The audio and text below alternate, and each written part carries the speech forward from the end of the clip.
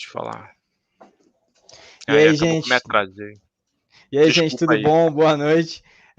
O Bruno apareceu, né, Bruno? Conta um pouquinho pra gente aí como que é ser chefe analista aí da renda variável do BTG. Fala, pessoal, tudo bem? Bom, antes de tudo, eu estava falando aqui com o Gabriel e com a galera. Queria me desculpar porque eu tinha que ter entrado às 7, foi uma correria, acabou tendo um contratempo, mas antes tarde do que nunca. Então, obrigado pelo espaço mais uma vez. Perdão pelo contratempo aqui do meu lado, mas pô, prazerzaço estar aqui conversando com todos vocês.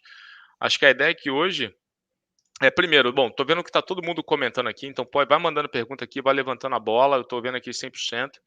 Acho que a ideia aqui é falar um pouquinho do que eu faço, como é que é, né, o que é ser analista de ação, falar um pouquinho também como funciona a dinâmica, né, de uma analista de ação aqui no banco, e depois dividir um pouco com vocês, né, imagino que boa parte de vocês, eh, não sei se já começaram a investir em ação ou não, então dividir um pouquinho com vocês do que é alguns dos princípios fundamentais que a gente olha como analista quando a gente pensa em tomar a decisão de investir ou não em uma ação de uma determinada companhia. Então vamos lá, vamos só separar aqui, né? O que é analista de ação, o que significa ser analista de ação? Basicamente você está ali olhando e estudando quais são as principais variáveis que possam te ajudar a compreender se uma determinada ação de uma determinada empresa é ou não é um bom investimento. Como é que funciona essa dinâmica de fato no dia a dia, né? A gente acompanha desde variáveis macroeconômicas, entender para onde vai o crescimento do país, entender como é que está a dinâmica setorial também. Então, por exemplo, eu lá no banco, além de coordenar o time de renda variável, né, da parte de ações do BTG Pactual Digital, eu tenho alguns setores onde eu fico mais dedicado aos estudos, né, a de fato análise mais próxima. Eu fico mais dedicado à parte de commodities metálicas, né, minério de ferro, aço. Então você tem mineração, siderurgia, agora você tem, né, alumínio, petróleo e gás também eu olho mais de perto, a parte de distribuição de combustível, alimentos, consumo. Então, por exemplo, né, setores, empresas para a gente ilustrar, JBS, BR Foods, Ambev. Então, todas essas companhias que eu acabo olhando muito mais, são setores que eu olho mais de perto. Eu sou analista desde 2005, né, que eu cuido da parte que eu olho, eu estou na parte de análise de ação, e hoje é o que a gente considera como analista sell side, né. O mercado ele tem uma diferença aqui, existe o analista sell side e o analista buy side. O analista sell side é aquele, que é o nosso caso aqui hoje, que é o meu caso aqui hoje, onde trabalhando no banco, eu passo, né, transfiro uma recomendação de investimento para o público, para os clientes.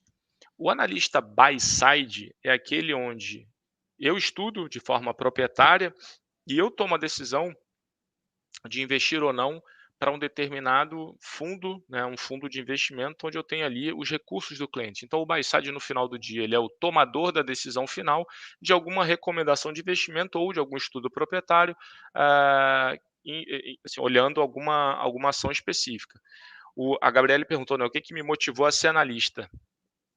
Eu fiz faculdade de economia, então assim, eu comecei fazendo faculdade de economia na Universidade Federal Fluminense, lá no Rio de Janeiro, e depois eu fui por transferência terminei a concluir a faculdade no IBMEC, no Instituto Brasileiro de Mercado de Capitais.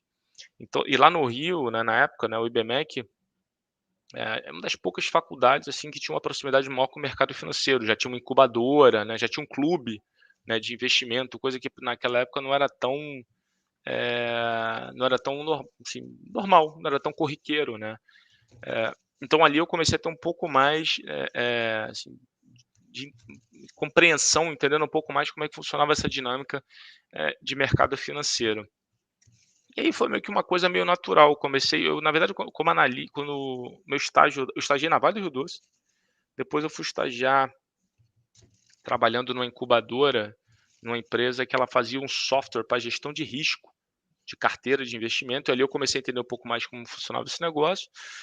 E o meu primeiro emprego quando eu saí da faculdade foi justamente no Pactual, lá em 2003, na área administrativa. E aí depois eu fui, ao longo do tempo, depois de trabalhar na parte administrativa, né, no back office, eu fui migrando, né, e o mercado financeiro te dá essa possibilidade, né, que é uma mobilidade ali, de você ir né, saindo de outras para as outras funções. Então, assim, eu fui entrando meio que numa coisa meio assim, onde é que eu tenho um pouco mais de afinidade, né? Gosto de economia, gosto dessa dinâmica. eh, Comecei a ver o que era o mundo das empresas. eh, Enfim, tinha alguns conhecidos, né? Algumas pessoas um pouco mais próximas que já estavam assim meio, né, conectadas com esse mundo de investimento, e as coisas foram meio que naturalmente acontecendo. É, Ô Bruno, você até citou algumas coisas bacanas. Um dos pontos que eu queria até te perguntar, como você falou que tem uma visão ampla, mais macro de tudo, mas atualmente você está mexendo com a parte de petróleo, essas coisas. É, qual que é a sua expectativa? Porque esse ESG ele veio impactando no bolso de todo mundo. E o ESG ele impacta diretamente no setor de energia elétrica e no setor de petróleo.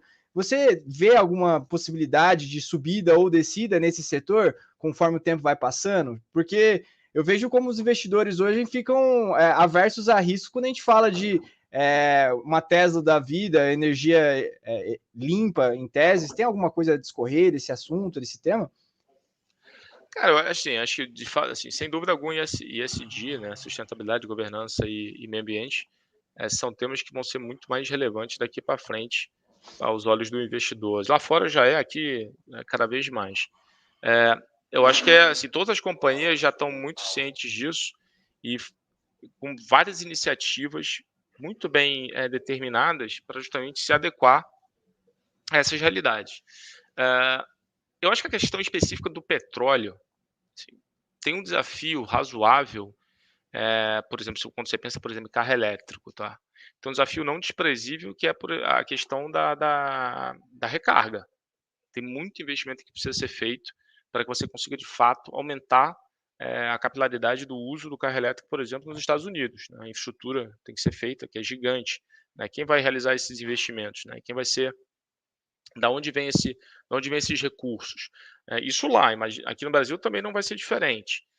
Então, assim, acho que durante algum tempo as empresas de petróleo, naturalmente, elas estão se ajustando já a essa questão da dinâmica ESG, não somente petróleo, mas acho que todas as empresas de commodity, mas talvez, você ainda tenha, né, um prazo, de novo, né, um longo prazo de uso de alguns combustíveis fósseis, até que você consiga fazer essa mudança de matriz, né, de forma mais capilar, né, de uma forma mais expandida. Então acho que tem um momento onde essa convivência ela vai acontecer. Quanto tempo? Eu acho que por um tempo maior talvez do que o próprio mercado, imagine, mas sem dúvida alguma a discussão de ESG é uma discussão sem volta, tá, e todas as companhias vão de fato se ajustar a isso tudo.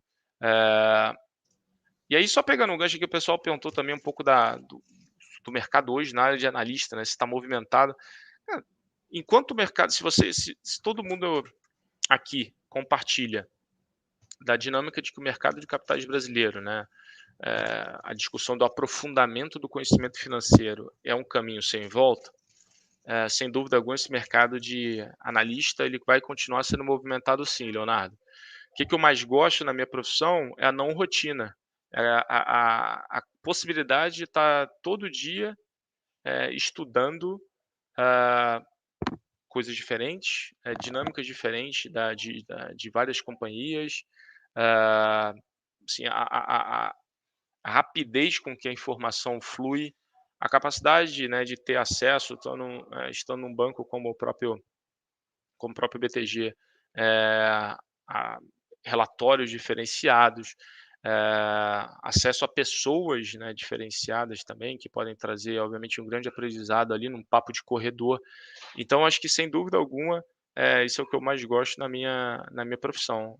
Relacionamento, né, com pessoas infinitamente, assim, pessoas muito inteligentes, pessoas diferenciadas, que a gente tem ali no próprio convívio do dia a dia, informações diferenciadas, informações que realmente fazem você pensar melhor em relação aos seus investimentos, e esse dinamismo. Todo dia a gente está discutindo alguma coisa diferente. Temporada de resultado, né, das companhias é outra dinâmica. Então, isso é algo que me atrai bastante. E aí, fazendo um gancho com a própria pergunta do Léo, que ele pergunta sobre a questão do aumento de Selic, né, esse ponto do aprofundamento financeiro, né, que ficou mais agudo quando a Selic ela bateu lá os seus 2%, ali, essa coisa da Selic de um dígito, né, e você naturalmente fazendo com que as pessoas pensem em outras formas de investir, para justamente remunerar, né, os seus recursos, eu acho que assim, a questão do provável aumento, não, eu acho que isso é de novo, é o que está no preço, né, o que a gente fala, né, está na curva do mercado, acho que não tem, assim, o mercado já está precificando isso. Eu acho que no final não é uma questão de você se proteger ou não. Eu acho que é uma discussão que a gente bate muito na tecla, que é você entender qual o seu perfil como investidor e compreender que esses são ciclos, né, porque a economia ela é cíclica, existe uma ciclicidade, da economia. Se você pegar lá o livro do Howard Marks, onde ele fala exatamente sobre isso, né, sobre a questão dos ciclos econômicos, você tem momentos onde a taxa de juros vai ter um pouco maior, momentos onde vai estar um pouco menor. Você tem que entender que isso faz parte do processo de investimento, faz parte do que é investir de fato, e que isso de forma alguma deveria ser tratado como, poxa, agora eu vou para um lado ou agora eu vou para o outro. Você tem que ter um processo de longo prazo.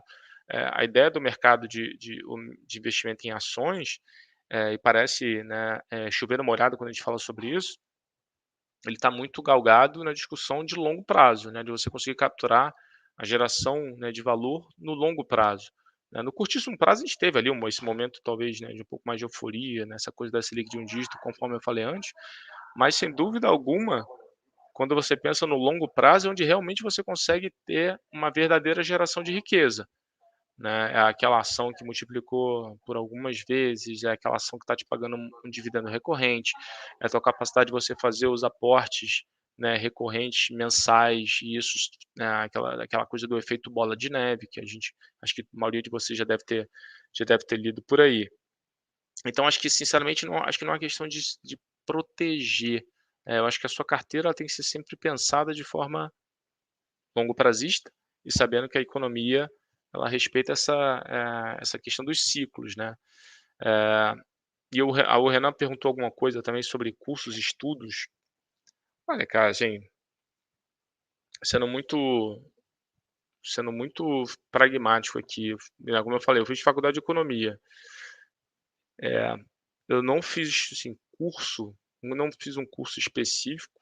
Acho que hoje, e acho que todos vocês já devem estar mais carecas do que eu, para entender, né, sabem muito mais do que eu sobre programação. Então hoje eu acho legal pra caramba, e eu acho que faz muito sentido para você otimizar o dia a dia, você ter o conhecimento de programação do lado de vocês, acho que ajuda muito na dinâmica, porque hoje você tem muita informação disponível.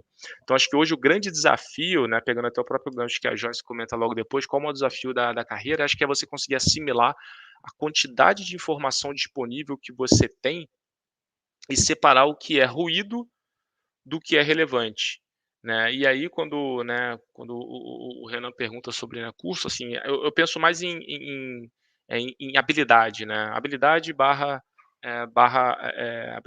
aquela coisa hard skill e soft skill, né, o que você consegue aprender, né, programação, eh, eu estudei avaliação de empresa, tive coisa na faculdade, mas muita coisa aprendi no próprio dia a dia, quando eu comecei como analista ali, analista júnior, então o próprio mercado te dá essa dinâmica, mas enfim, tem vários livros que podem ajudar nisso, sem dúvida alguma. Tem alguns cursos que podem fazer isso, eu nunca fiz curso de avaliação de empresa, para ser bem franco. Próprio estudo para as certificações que você tem que fazer, pelo menos para ser analista sell-side no Brasil, eh, aí você vai, enfim, de novo, você vai estudar ali olhando para a prova, então você já vai ter um processo de aprendizado, mas sem dúvida alguma o grande desafio hoje é separar o que é ruído do que é importante. Ter muita coisa circulando, muita informação circulando, eh, e aí de fato isso talvez seja, assim, hoje a grande aptidão né, a grande habilidade de um bom analista. Ô Pra Bruno, re Pode falar. até querendo pegar um gancho que você falou, relacionado a essa parte de programação, você poderia dar alguns exemplos práticos de como que é? Porque você, como analista-chefe, você deve delegar muitas tarefas para as outras pessoas. Tem alguma coisa, algum exemplo prático nessa parte de programação que é útil? Tem, cara, tem assim, por exemplo, outro dia teve um analista lá do time que ele utilizou, enfim, na assim, ele utilizou programação, mas foi até uma programação foi até relativamente simples. Eu acho que ele fez até em VBA, se não estou enganado, ele fez uma simulação de Monte Carlo para ver cenários, eh, cenários de sensibilidade, de uma determinada companhia. Então, se a companhia, né, for crescer tantos por cento de receita, se a margem for tanto, enfim, ele foi fazendo cenários, né, em múltiplos cenários, para entender como o preço da companhia, o valor justo dessa companhia poderia se comportar.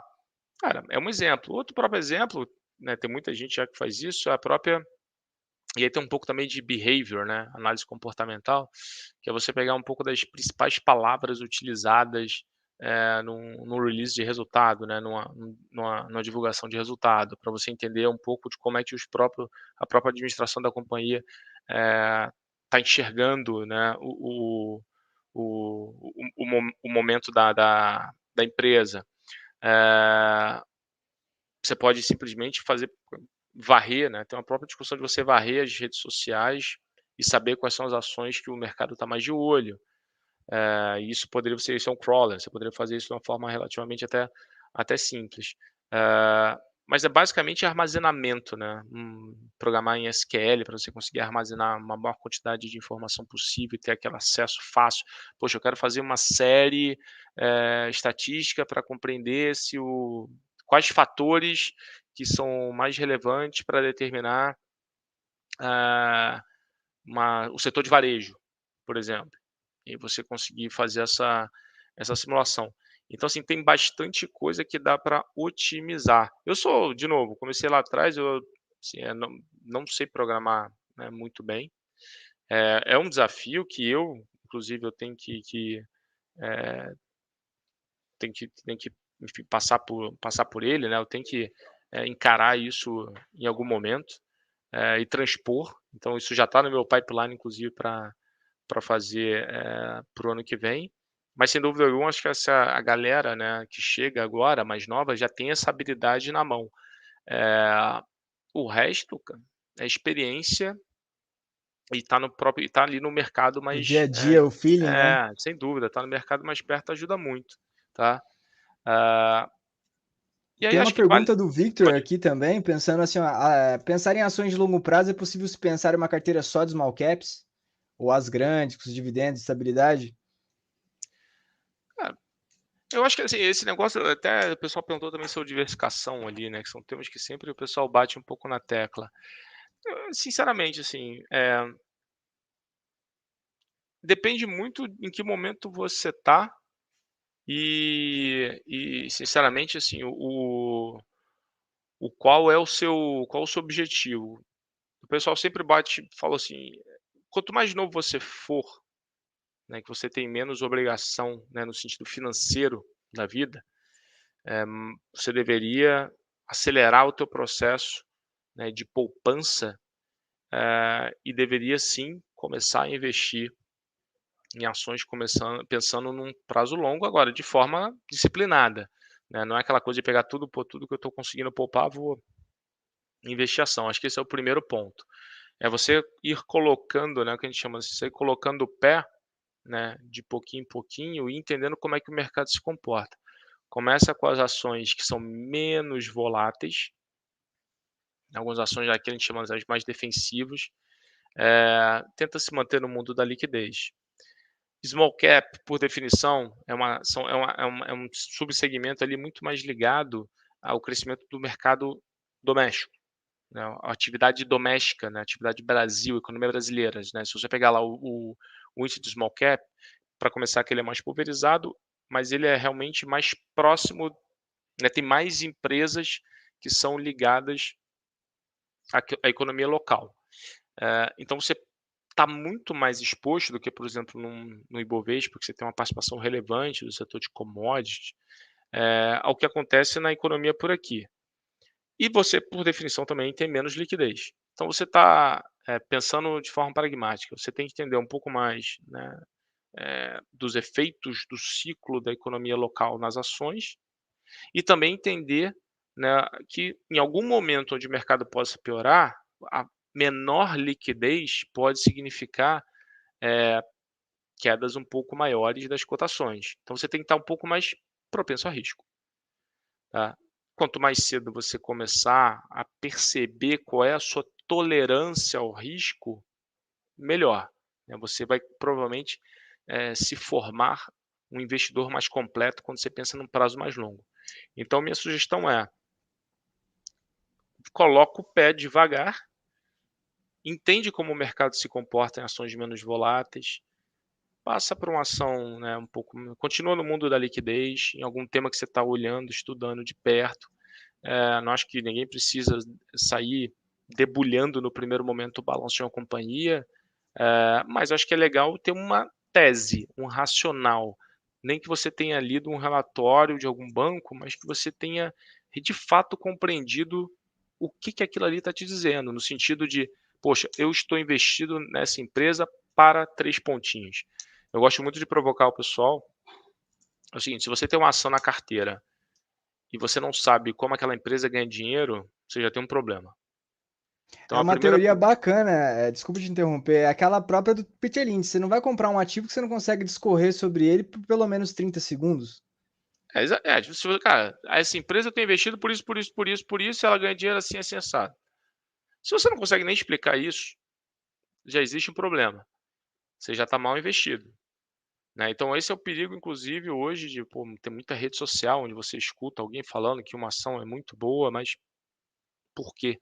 Né, aí você vai justificar o seu investimento, né, porque eu vi em algum lugar que alguém comentou.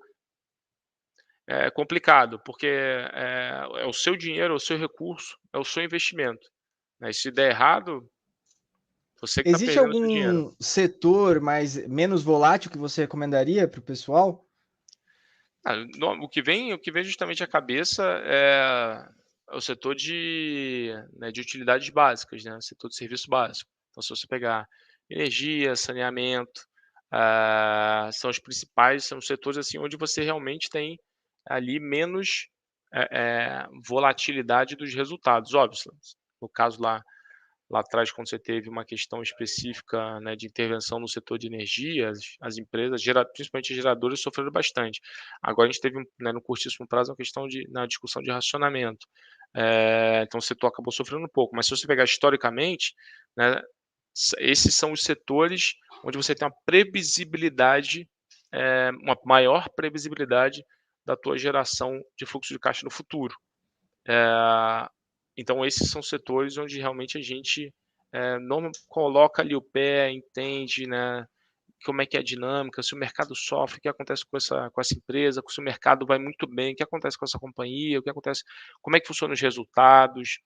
No A maioria é boa pagadora de dividendo, então você também entende a dinâmica do pagamento de dividendo, né, ali,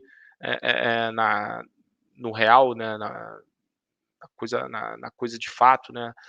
Poxa, periodicidade, quanto paga, putz, me paga trimestral, uma outra paga anual. Então, assim, acho que ali você consegue, de novo, começar a ter essa sensibilidade do que significa, investimento em ação, tá.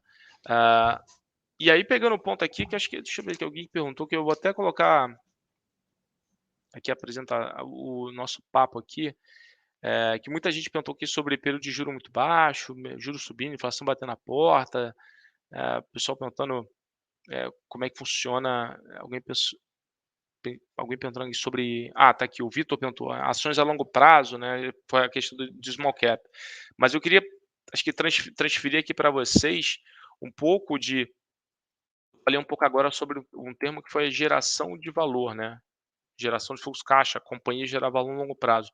E eu queria passar um pouco para vocês, né, pegando um pouco um pouco desse gancho do processo de analista, né, de ação, o que que a gente faz, né, qual é a nossa escola aqui, que é a escola de valuation, de avaliação de empresa, o que que isso significa e como é que a gente traz isso para o nosso processo, de estudo no dia a dia. Então pedir aí até para o Gabriel colocar, compartilhar essa apresentação que eu montei, que é super simples, pessoal, é bem direto ao ponto. A gente vai falar um pouquinho, sobre o que que significa, né, avaliar empresa, né, o que é justamente, né, o que o analista ali de ações está fazendo. Você pode passar aí, por favor, Gabriel? Ou eu passo aqui? Você passa aí, normal. Então vamos lá. Ó, acho que a primeira pergunta que todo mundo pergunta é: "Por que fazer valuation?". Acho que, bom, só devolvendo para vocês, todo mundo aqui está ciente, né, me coloca aí nos comentários, né, do que significa valuation. É o processo de avaliação, de empresa, né, você conseguir avaliar uma companhia, né, uma ação, né, conseguir determinar o que que é o valor justo dessa empresa. E acho que o principal ponto que todo mundo pergunta: "Ah, mas afinal, né, por que que eu gostaria de fazer isso? Por que que eu acho importante fazer isso?". E é isso que a gente faz ali, dentre todos esses acompanhamentos que eu comentei com vocês, né, por que que a gente faz isso? Bom, eh você tem uma independência no processo de análise de ação, né, você tem a sua opinião, você tem uma segurança no processo, né, de investimento, você conseguir aumentar a capacidade de alocar os recursos nas ações para você maximizar o retorno. O que que eu estou querendo dizer?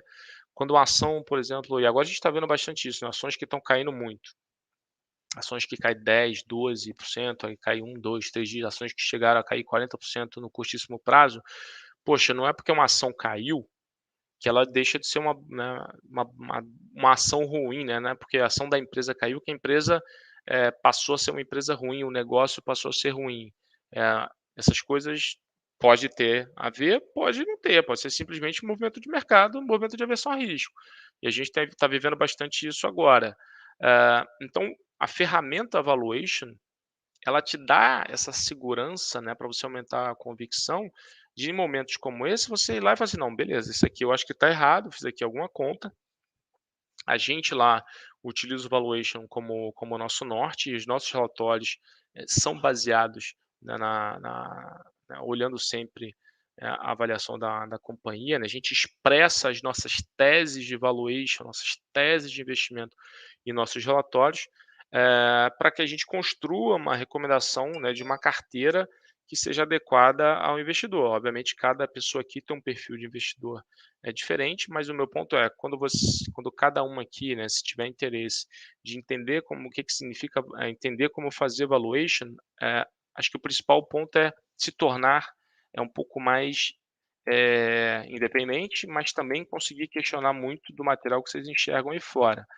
Eh, no longo prazo, tem empresas que vão, né, apresentar um gráfico como esse, que lá de março de 16, eh, praticamente aqui quintuplicou, né, multiplicou em 5 vezes. Você conseguir entender que a tua geração de valor do teu investimento está lá, no longuíssimo prazo. Você investiu hoje, né, 5 anos depois, você multiplicou por 5 a teu investimento. Ou você entender que você está numa armadilha, né, se de repente entender que uma empresa ela está num momento de perda de rentabilidade, né, no longo prazo, e você na verdade entende que aquilo não deve ser um bom investimento. Então o valuation ele vai te dando essa capacidade. Matematicamente eu não vou entrar no mérito, mas acho que o principal aqui é o conceito, né, que é ser a ferramenta fundamental para você entender como as empresas, né, você como as empresas geram valor e por que, né, que essas empresas existem, né, e como você mensura, esse valor, né, como é que eu quantifico esse valor. E aí entra os conceitos fundamentais que vêm muito, vem diretamente falar, conversar com aquela dinâmica que eu estava falando anteriormente do que é ser um analista, né, entender de macroeconomia, entender da concorrência, eh, mudança tecnológica, disrupção de mercado, quais são as tendências estruturais do mercado, como é que é o comportamento da administração, dos executivos, a cultura corporativa, o ambiente regulatório, ele é benigno ou tem alguns percalços. Então acho que no final, assim, a discussão é você conseguir avaliar aquela companhia, do que seria algo mais justo, mas eu gosto sempre de deixar muito claro aqui que o modelo de avaliação de empresa, ele é um modelo dinâmico, né, você chega a um número, essa ação vale, e tem muita gente que se apega àquele número ali. E não é na vida real não é assim, toda e qualquer empresa, ela é um organismo vivo, né, essas empresas, de novo, estão vivendo o ciclo da economia, estão ganhando participação de mercado, estão perdendo participação no mercado, em alguns momentos os resultados vão estar muito mais fortes, em alguns momentos os resultados vão estar mais fracos, mas no longo prazo o que você tem que estar sempre focado é que aquela companhia está conseguindo gerar valor, se ela está consistentemente aumentando o seu retorno sobre o capital que ela investe, né, essas métricas de margem estão em evolução. Então é um conjunto, né, dessa dinâmica, olhando o pano de fundo macroeconômico, de concorrência, tecnologia, enfim, e aí você consegue entender se essa sua companhia, se esse sua tese de investimento, ela de fato pode ser uma vencedora, olhando ali o teu longo prazo. O processo de valuation, ele nada mais reflete do que a qualidade das premissas que você vai lá e coloca no modelo. Então assim, poxa, cheguei aqui no valor de tal, beleza, mas se você for lá no teu Excel e mudar o número de, sei lá, 5% para 20, seu valor vai mudar. Então o que você tem que entender, o pessoal tem que, compreender que ali é a tua melhor premissa, é a melhor qualidade para a premissa que você está utilizando. O teu 5 que você for lá e colocar, até a decisão de que você deveria colocar 5% e não 10, é isso que vai fazer a diferença.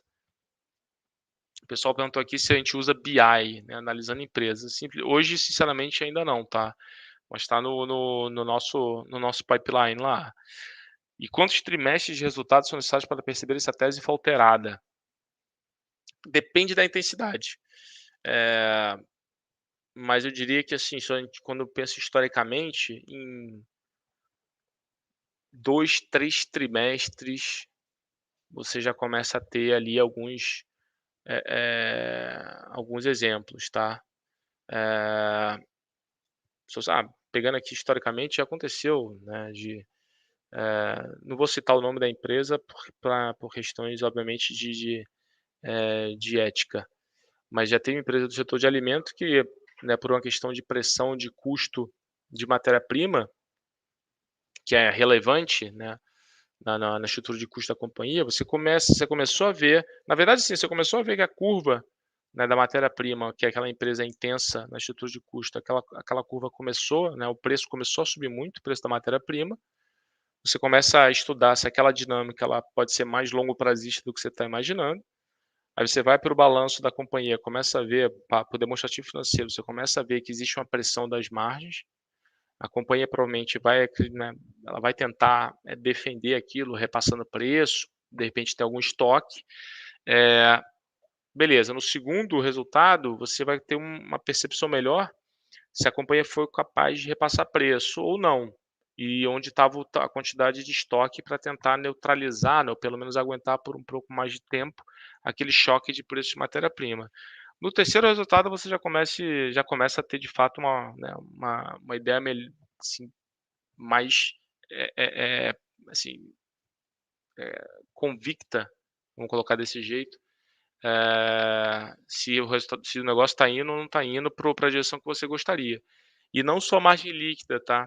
Em tese, então, se é custo, né, a tua margem bruta, que você está repassando o preço, deveria aparecer na tua receita. Então, sua margem bruta você começa a ver compressão e, consequentemente, essa compressão de margem deveria ir para baixo também. Obviamente, na parte de despesa, a empresa, de repente, pode tentar ali cortar despesas, né, otimizar algum ponto, mas não tem muito, em tese, não deveria também sair lá de cima da margem bruta até a tua margem líquida. Então, esse é um bom exemplo aqui só para indicar para vocês. Então, assim, quando a gente fala sobre fazer essa modelagem, né, e você colocar lá as melhores premissas, né, as premissas que você tem maior grau de convicção, que você quer chegar é uma ideia do norte de valor que essa empresa pode gerar. E como é que você chega nesse norte de valor? Através do valor presente do fluxo de caixa, né? Você vai fazer lá o teu modelinho, né, de fluxo de caixa, vai calcular, porque o que é gerar valor? É a capacidade, é o valor, né, de forma muito pragmática. Geração de valor é o valor presente do fluxo de caixa que alguma companhia ela vai ser capaz de gerar no longo prazo de tempo, tá? Pagou tudo, né, pagou dívida, pagou imposto, pagou capital de giro, fez investimento, gerou um fluxo de caixa. Esse fluxo de caixa aqui no final é o que justamente vai ficar, é o que vai ser ao longo do tempo, é o que vai ser o que vai te dar gerar a capacidade de geração de valor dessa empresa. Um exemplo de modelo de fluxo de caixa, cara, não tem assim, modelo de fluxo de caixa, assim, você tem o modelo de fluxo de caixa da firma, o fluxo de caixa do acionista. Não tem um modelo assim, você tem não tem um modelo, né? O modelo de fluxo de caixa você faz por 2 óticas, na verdade, ou fluxo de caixa da ótica da firma ou do acionista, mas é o mesmo modelo de fato. Você projeta a receita, projeta custo, projeta despesa, né, projeta dívida, vai chegar no lucro da companhia, depois você vai chegar, você vai ter vai projetar o capital de giro, vai projetar os investimentos, você vai chegar no que é a geração de fluxo de caixa. Tá? Se vocês pegarem, por exemplo, o livro do Damodaran, que acho que é a principal que todo mundo comenta, né, de valuation, lá tem exatamente, se vocês entrarem mesmo no próprio Google, colocar lá modelo fluxo de caixa do acionista, vai chegar lá, modelo fluxo de caixa da firma, vai aparecer exatamente como funciona a estrutura, tá? E aí já pegando um gancho do que o Vitor perguntou ali em cima, né, de como analistas lidam com empresas de tecnologia, eh, acho que vai nessa discussão, né, Vitor, assim, como é que se define valor então? Porque quando a empresa gera caixa, eu consigo definir o que é valor. Mas quando uma empresa, né, você tem inúmeras empresas que não têm perspectiva de lucro no curto prazo, mas que conseguem levantar recurso, né, como é que eu explico esse fenômeno, né? E aí o pessoal acaba muito olhando a perspectiva de lucro no futuro, né, a performance no futuro, né? O papel do valuation é compreender a capacidade de gerar valor lá no futuro. O valor atual da empresa, em tese, ele vai já está refletido ali no balanço, né. Eu peguei um balanço da companhia, o balanço é aquele, poxa, beleza. Então, né, partindo da premissa de mercados eficientes, o mercado, ele não é eficiente, né. O mercado tem vários momentos que te dá várias oportunidades, para o bem e para o mal. Eh, o fato é que você tem que olhar sempre em perspectiva, tá. Eh, e aí você tem que, de novo, estudar o modelo de negócio, estudar o setor, entender se aquele pode ser um setor, né, pode ser uma disrupção. Então você tem que olhar sempre lá para o futuro. E aí quando você olha, por exemplo, os múltiplos que você comentou, né, preço-valor patrimonial absurdo, é que o mercado de fato ele já está olhando para alguma discussão, pontos lá na frente. É muito mais ligado ao longo prazo, tá. O Gabriel perguntou até aqui sobre setores da bolsa que mais sofrerão alterações nos próximos anos, né. Acho que já está de certa forma até acontecendo, né, Gabriel, assim, o próprio setor de varejo já está sendo já está sofrendo muita alteração. Olha que empresas de varejo de vestuário que não vendiam, por exemplo, online, né, começaram a fazer durante a própria pandemia, isso já é uma mudança relevante, né. Ah, acho que o próprio setor de logística, infraestrutura, que vai mudar bastante também, vai sofrer bastante alteração nos próximos anos. O setor financeiro, obviamente, já está sofrendo, mas acho que esse negócio só deve acelerar. Então acho que tem alguns, tá. Acho que a melhor forma de olhar isso é principalmente o que está acontecendo lá fora, em alguns setores. Acho que a melhor, eh, ideia que você pode ter é justamente, o mercado global que está em alguns anos na nossa frente, em termos de novos setores, companhias diferentes, né, disrupções, e tentar pensar: "Poxa, beleza, se isso está acontecendo lá, pode acontecer aqui? Faz sentido, não faz?". O Silas perguntou se partindo da premissa que todos os indicadores financeiros são essenciais à boa analisação, o indicador eh, tem um indicador que, eu acho que de fato ele se destaca, porque ele acaba sendo o resultado de vários outros, né, que é o retorno sobre o capital investido, né, que é você olhar imagina que a companhia ela, ela investe no seu negócio e ela quer investir sempre a retornos marginais que sejam maiores, né, do que o custo de capital, né. Enquanto esse retorno marginal ele for consistentemente acima do custo de capital, essa empresa deveria de fato ser uma que a gente chama, né, do fazer o efeito bola de neve, né, o efeito do composto, né, compound em inglês, né. Ela está sempre reinvestindo o capital dela a uma taxa de retorno maior do que o seu custo, ela vai estar sempre gerando valor, matematicamente isso deveria acontecer, tá. Eh, ixi, o pessoal perguntou aqui, caramba, um indicador por si só não mostra nada, quais os principais e primeiros indicadores a serem analisados em uma empresa? Ó, tem vários, hein, tem vários. As margens operacionais, né, margem bruta, margem líquida, própria margem líquida, retorno sobre patrimônio líquido, que é você pegar o lucro líquido e dividir pelo patrimônio líquido, e olhar isso sempre de forma histórica, né, o pessoal aí, o ROI, viu, é isso aí. Olhar isso também, sempre de forma histórica, né, nunca olhar de forma estática, mas olhar no tempo, né, para você entender como o comportamento da companhia tem evoluído, o próprio crescimento da receita. Então, acho que a melhor forma de você bater um olho, assim, poxa, ter uma primeira opinião, é você fazer o análise horizontal e análise vertical, né. Você fazer uma análise horizontal, né, de como tem sido a evolução da receita, dos custos, das despesas da companhia, e uma análise, vertical de entender como estão as margens e as métricas de rentabilidade, tá. De novo, você fazer isso de numa forma, histórica, né, numa evolução. O Matheus perguntou sobre a eleição, já tá afetando, né, a volatilidade, né, aversão, propensão a risco, né, incerteza. Matheus, acho que não é eleição ou não eleição, acho que o ponto, assim, quanto mais incerteza o mercado tem, isso acaba indo para o preço, né. E aí, pessoal, então o que que define valor? Você pegar, por exemplo, essa empresa aqui, que ela nem existe mais, eu só trouxe para ilustrar, olha o que aconteceu, né, você pegar lá o lucro antes de despesa financeira, tributação, depreciação, amortização, que é o EBITDA, olha o comportamento dele ao longo do tempo, cresceu 20% ao ano durante 8 anos, mas olha o que aconteceu com o preço da ação. Porque o mercado não entendia, que isso aqui era sustentável, né, e entendia que a qualidade desse resultado, a qualidade do crescimento não era boa. Então, não se atenham somente aos números em si, se atenham também à qualidade do resultado. É importante entender que o bom resultado, ele tem que ter uma natureza recorrente de geração, de valor. E aí, só para tentar resumir um pouco, daqui a pouco eu volto para as perguntas, o que que seria então, assim, né, um menu aí, um norte, né, de um processo de avaliação de empresa, de valuation, né? Você começar com a análise de cenário, partir para uma análise qualitativa, né, setorial, modelo de negócio o setor da empresa, como é que funciona a dinâmica setorial, entender o modelo de negócio da companhia, sim, entender no detalhe, partir para a análise, aí sim, a análise quantitativa, né, o valuation em si, a discussão de taxa interna de retorno, fazer uma análise de sensibilidade, né, começar a mexer ali nas tuas premissas, né, se a receita não cresce 10, se ela cresce 15, o que que acontece?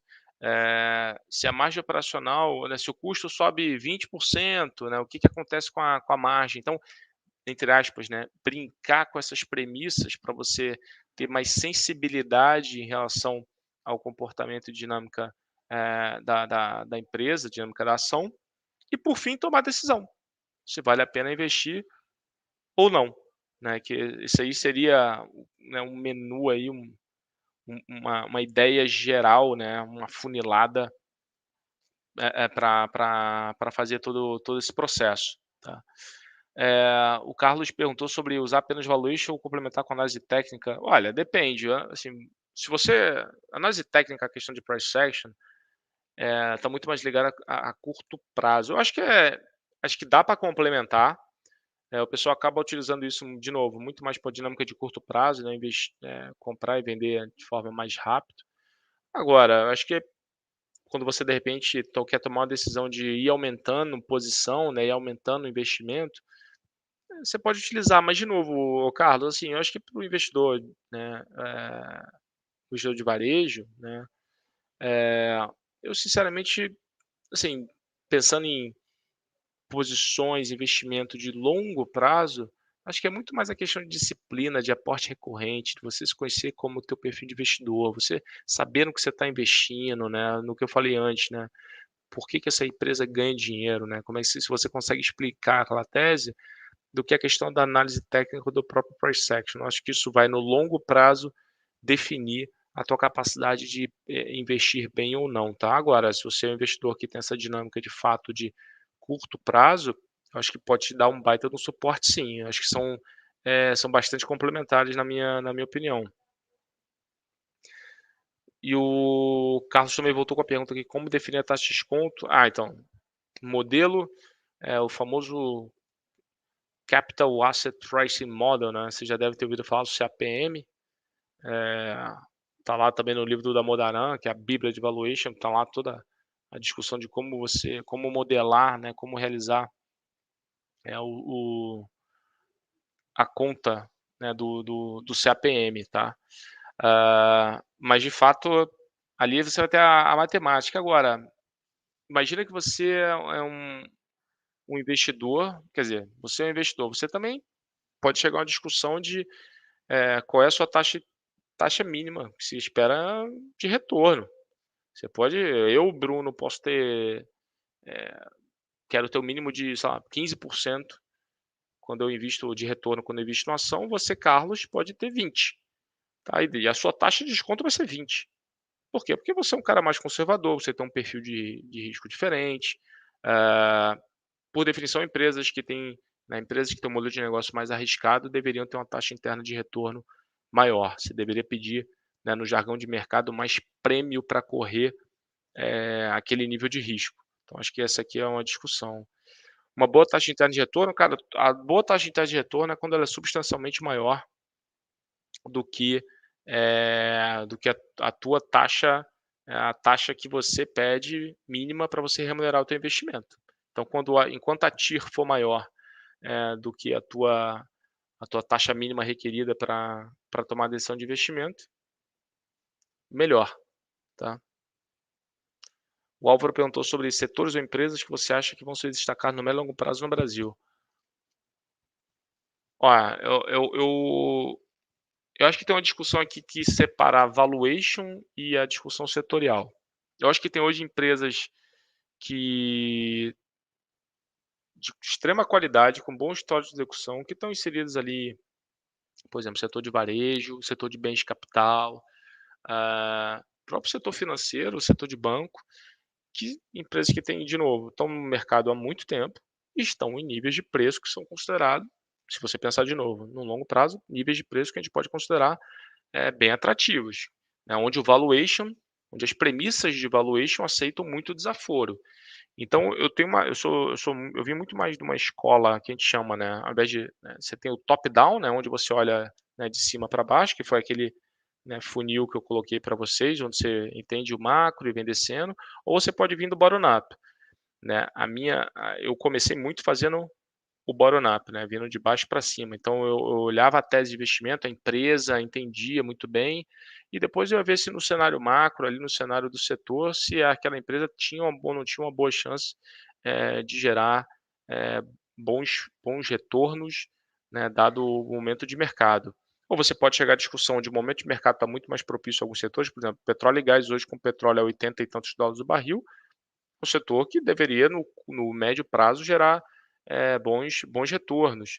A gente acha o setor de olhando o prazo mais longo, a gente gosta muito da dinâmica de alumínio, por exemplo. Mas aí você tem que entender bem da commodity, alumínio, né, ou entender de oferta e demanda, que é uma outra discussão, tá. Perguntaram aqui sobre conselho para quem está no final da graduação pensando em entrar no mercado financeiro e atualmente, eh Olha, cara, setor do mercado financeiro, ó, vou te falar, eu entrei no mercado financeiro de novo, fazendo back office, fazendo parte administrativa, então eu trabalhava na liquidação das operações de renda fixa internacional no Pactual lá em 2003. tá. Então, fazia entendia se as boletas da mesa de renda fixa da tesouraria estavam ok, se o fluxo de caixa das empresas estava, do fluxo de caixa da tesouraria, né, também estava ok, batia tudo certinho. Então eu comecei muito nessa parte administrativa. Eu acho interessante começar no administrativo, eh, para você entender muito como funciona a própria dinâmica do que tem no mercado financeiro, que o mercado financeiro é um mundo, tem um analista sell side, tem um analista buy side, tem o banco de investimento, você tem a parte de renda fixa, né, você tem a parte de ações, conforme eu falei antes. Tudo que tem de analista buy side, sell side tem também para a própria renda fixa.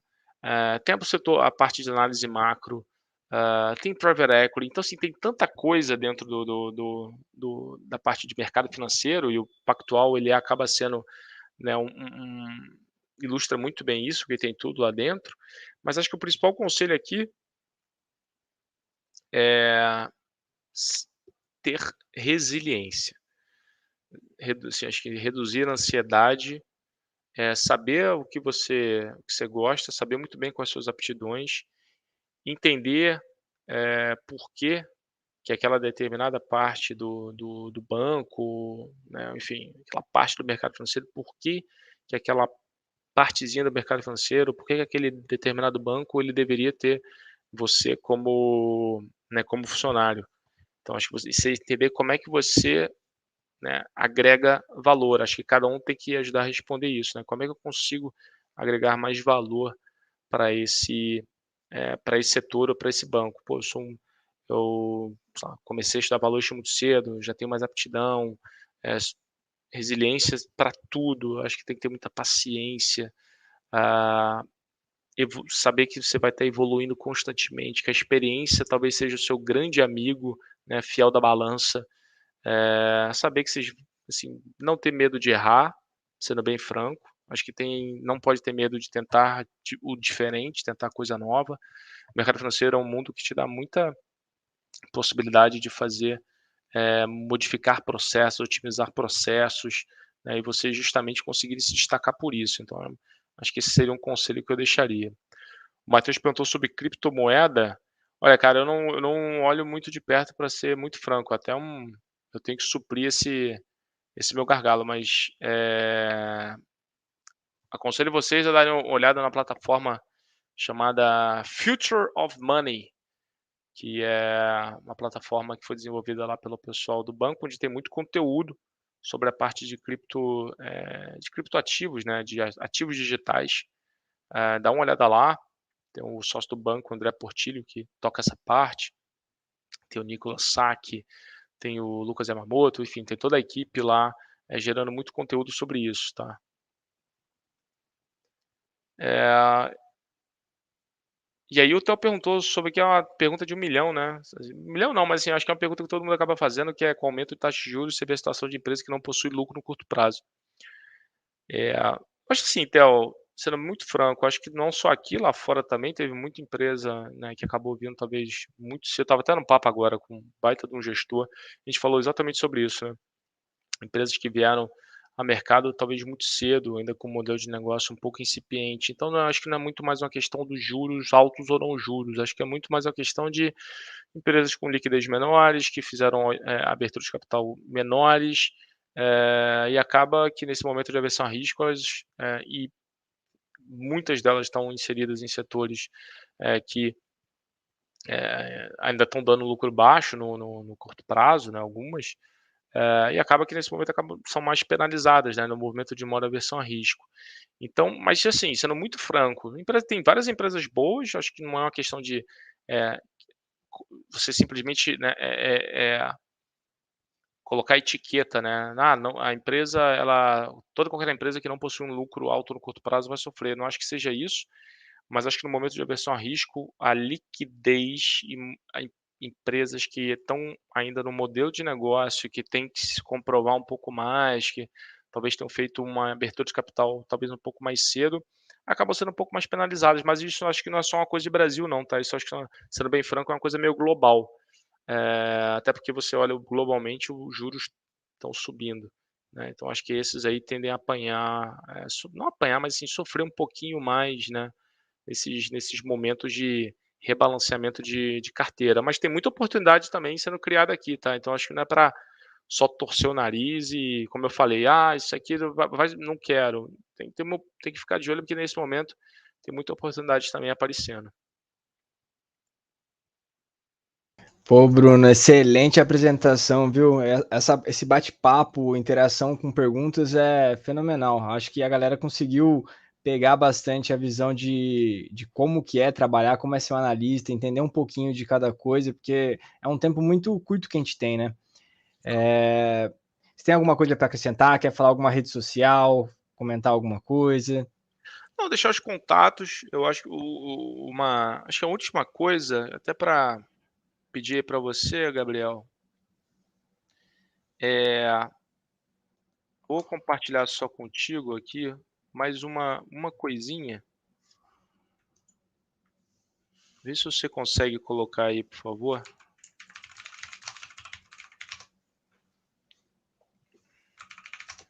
Tô Te vendo colo aqui, rapidinho. Tá.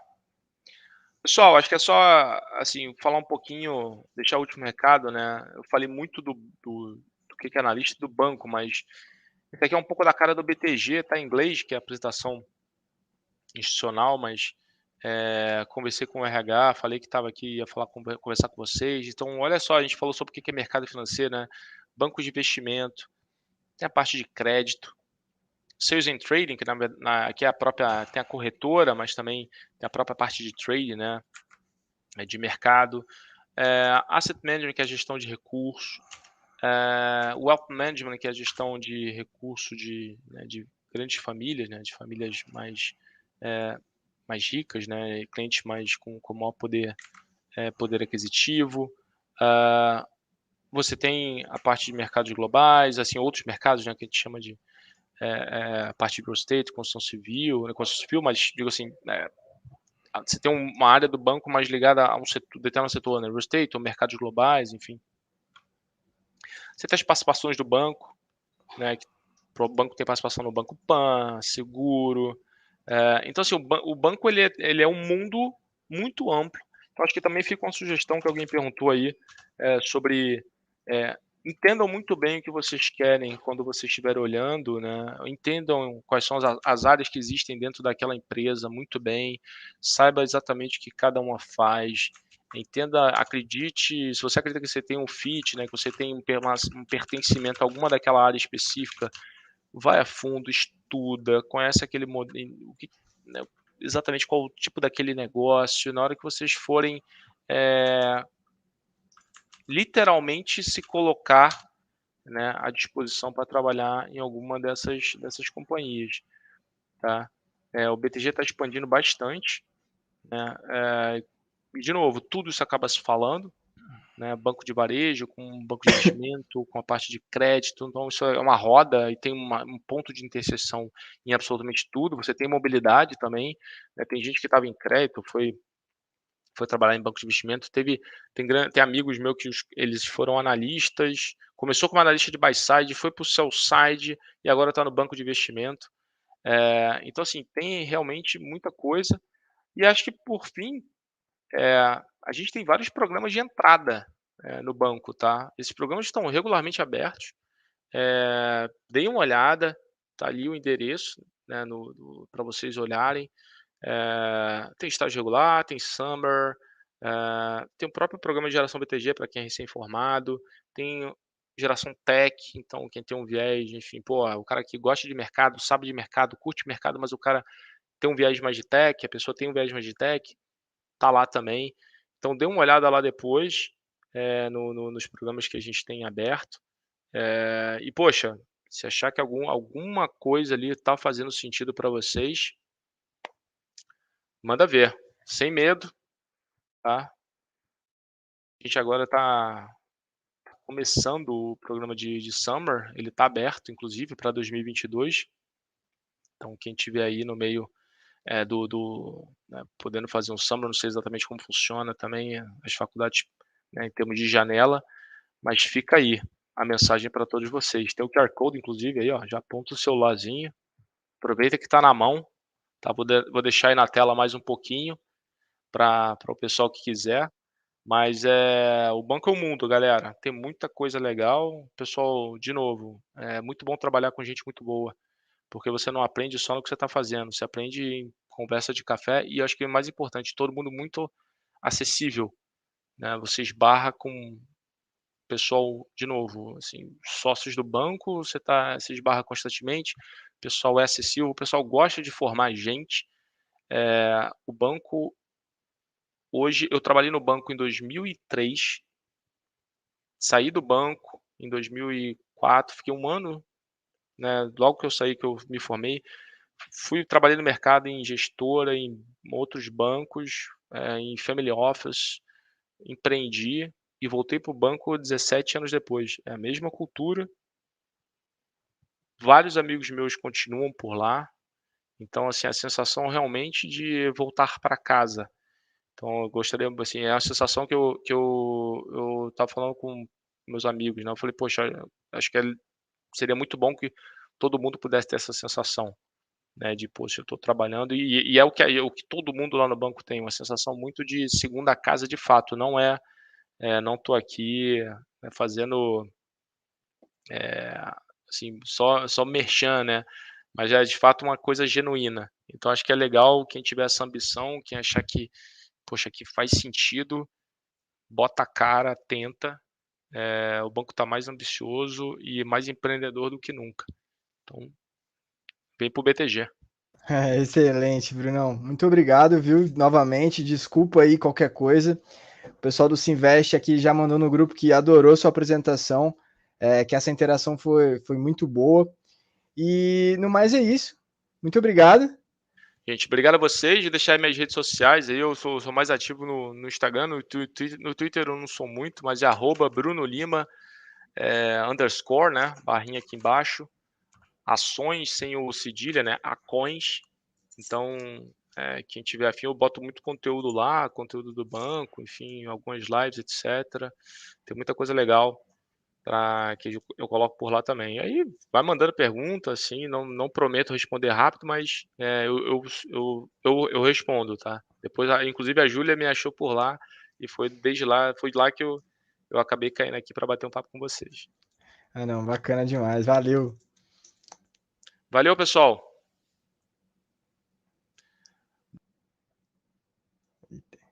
Gente, encerramos mais um ciclo do nosso simpósio do primeiro dia. Queria agradecer a presença de todo mundo que ficou até o final.